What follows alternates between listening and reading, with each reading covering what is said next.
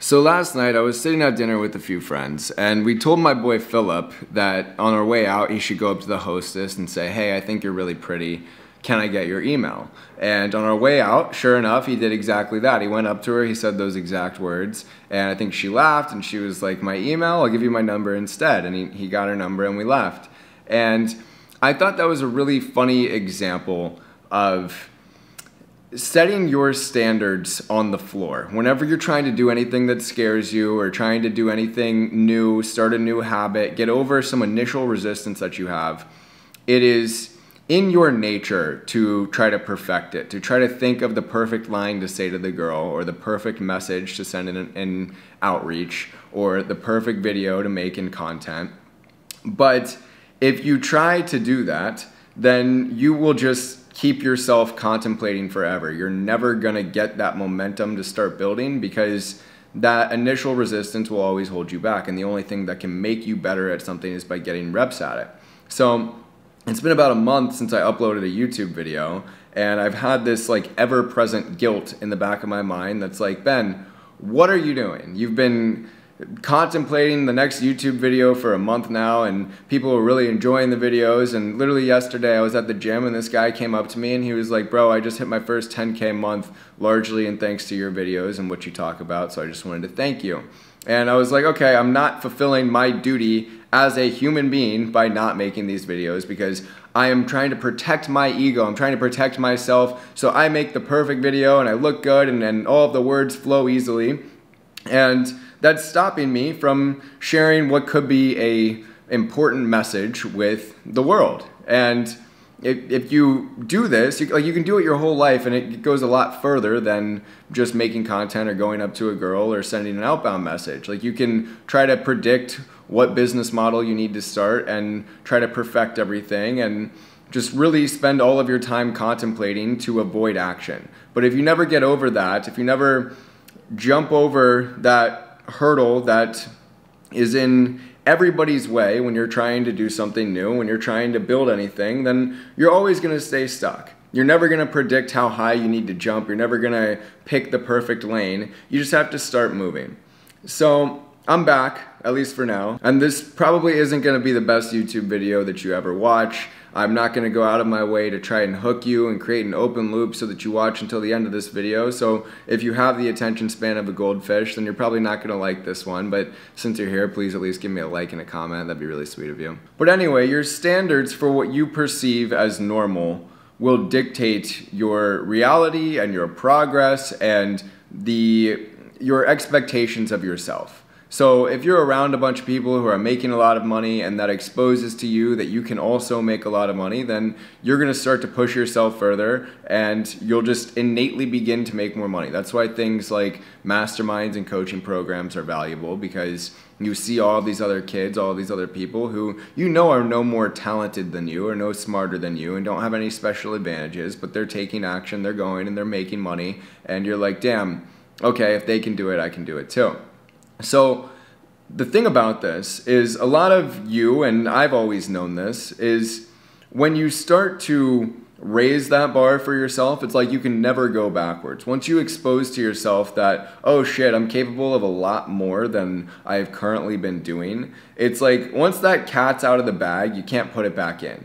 You're now left in a position where you have to hold yourself to that standard. Like once you hit your first 10K month, anything below 10K a month will start to make you feel poor. But before that, it looked like you were climbing this uphill battle and you could never get there. So it's likely that if you're resisting change, if you're resisting starting a new habit, it's because you know that on the other side of starting that habit is the revelation that you have been leaving a lot of potential on the table, that you could have been doing this the entire time, and once you get over that hump, then you can never go back. But it's only scary because you are overlooking the momentum that you will build once you start.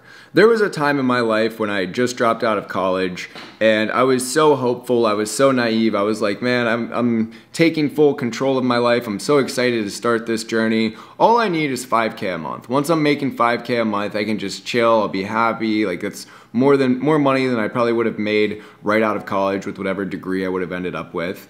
And Once I got to 5K a month, it was like, why the fuck would I stop here? Like I've got this momentum built. I can just keep doing more of what I'm doing now, and sure enough, I'll be at 10K a month, and then I'll be at 20K a month. And that went all the way up to 100K a month, and now like that is my floor. If I make less than $100,000 in a month, I feel absolutely poor.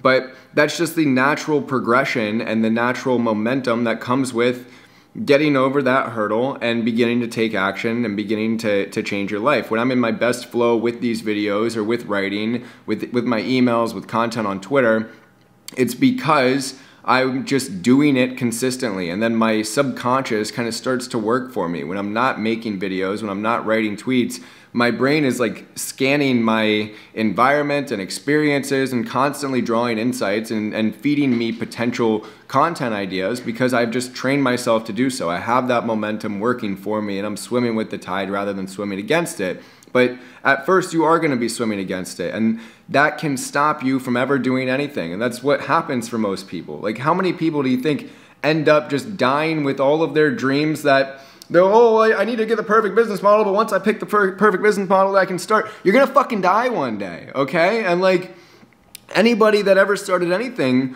was never had the perfect strategy, the perfect plan all laid out. You talk to anybody who is successful, they'll tell you how they started this business, and then that thing failed, or that thing led them to the next thing, or it opened a door, it opened an opportunity, they met someone, but it's just because they're moving, they're in motion. Inertia, an object in motion stays in motion. And I can even feel this resistance right now as I'm making this video. Like, a lot of the time I can just turn on the camera, I have a singular idea, and it just flows, and I don't have to pause, I don't have to cut, and I can just sit here and talk. And I know that when I'm starting something new again for the first time, trying to build this habit back up, it's gonna be more difficult, and that's okay. If it's like you take 3 months off from the gym and you get back in there, you're gonna be fucking rusty. If you don't play basketball for a few months, or if you stop any habit literally ever for a while, that first time back, it's not gonna feel great. You're gonna be like, damn, I used to be so much further ahead. But if you can just get over that, eventually you'll gain that momentum back. But you have to earn it. You can't just think that one day it's gonna be easy, even if you never take action. Like, one day you'll just wake up with the motivation, the desire, and the knowledge that you need to accomplish whatever that thing is.